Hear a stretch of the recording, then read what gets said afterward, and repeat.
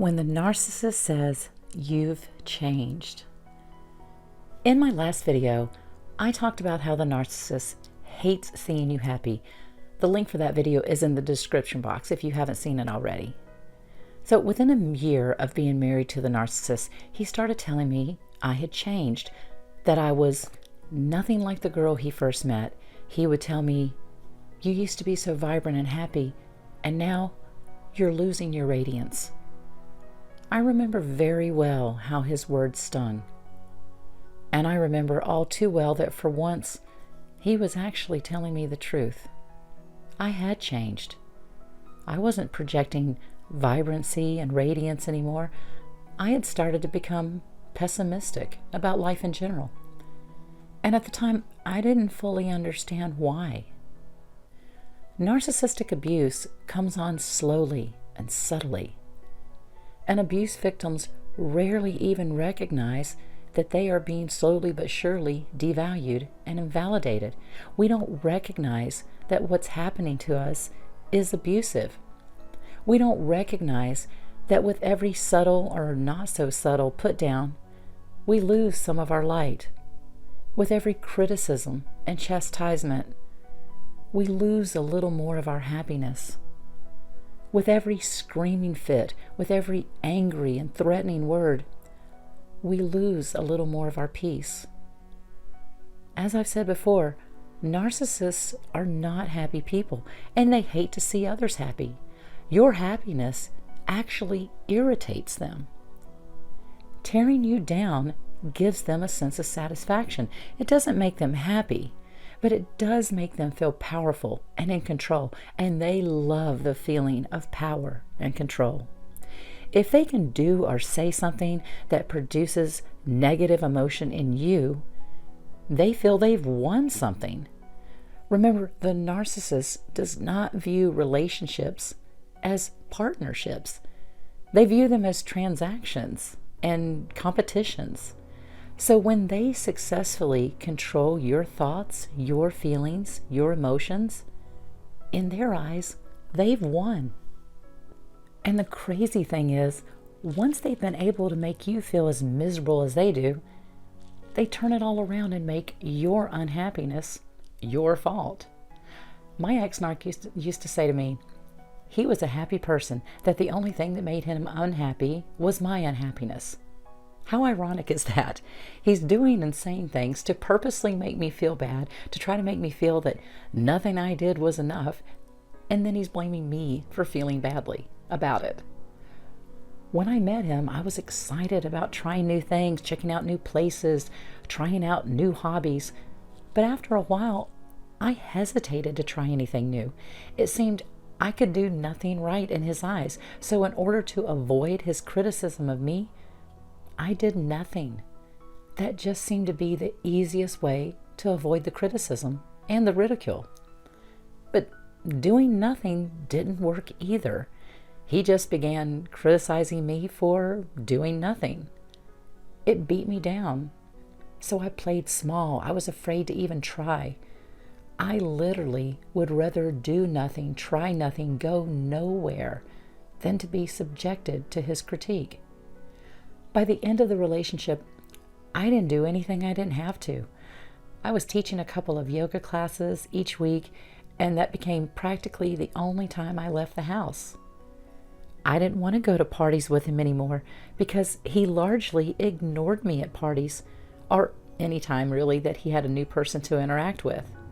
I didn't want to go anywhere with him because I never knew when he was going to start in on me, and if we were out somewhere, I couldn't get away from him. At least when we were at home, I could escape to the outside. I could go and sit by our pond and distract myself with watching the fish and the turtles, and I could find a moment of peace. The constant state of anxiety I felt and the hypervigilance that went along with that, always wondering when the next outburst would come, caused me to engage in some bad habits. I started smoking. A lot.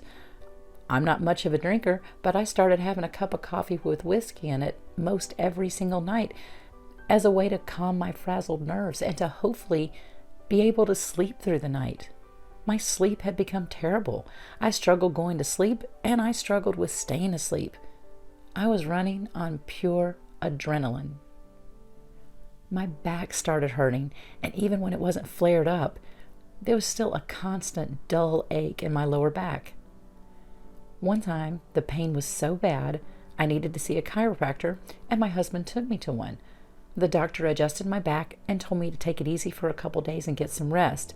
So when we came home, I laid down on the couch to rest and relax my back.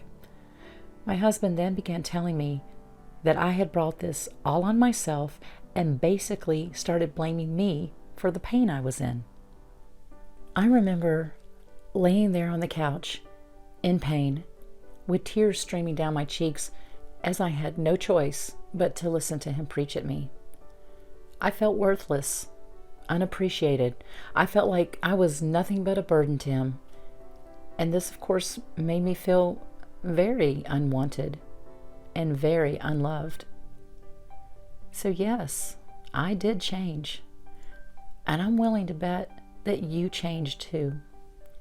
Narcissistic abuse changes your behavior. It changes who you are.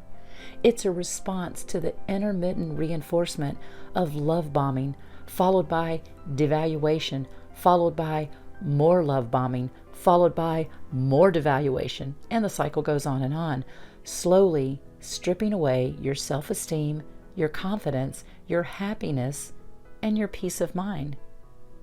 So when the narcissist says you've changed, you did. You had to.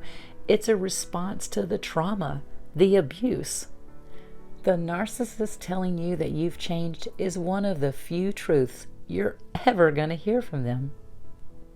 And of course, they're not going to see the role they play. They only see the changes in you. And in their minds, they're not to blame. You are. So yeah, you changed, but did the narcissist change as well? No, they didn't. My ex-narc used to tell me when he was complaining about the changes in me that he hadn't changed. He was the same person he always was. And you know what? He was right. This again was something he was actually saying to me that was the truth. He didn't change. He just removed his mask and showed me who he really was. Now the good news is you can still change. You can change and become better. Not just getting back to where you were before you met the narcissist. You can change and become the best version of yourself, the best version ever. You don't want to fully go back to the way you were, not really, because who you were was someone who put up with whatever this toxic person dished out. You don't want to go back to that. And you certainly don't want to repeat that pattern in the future.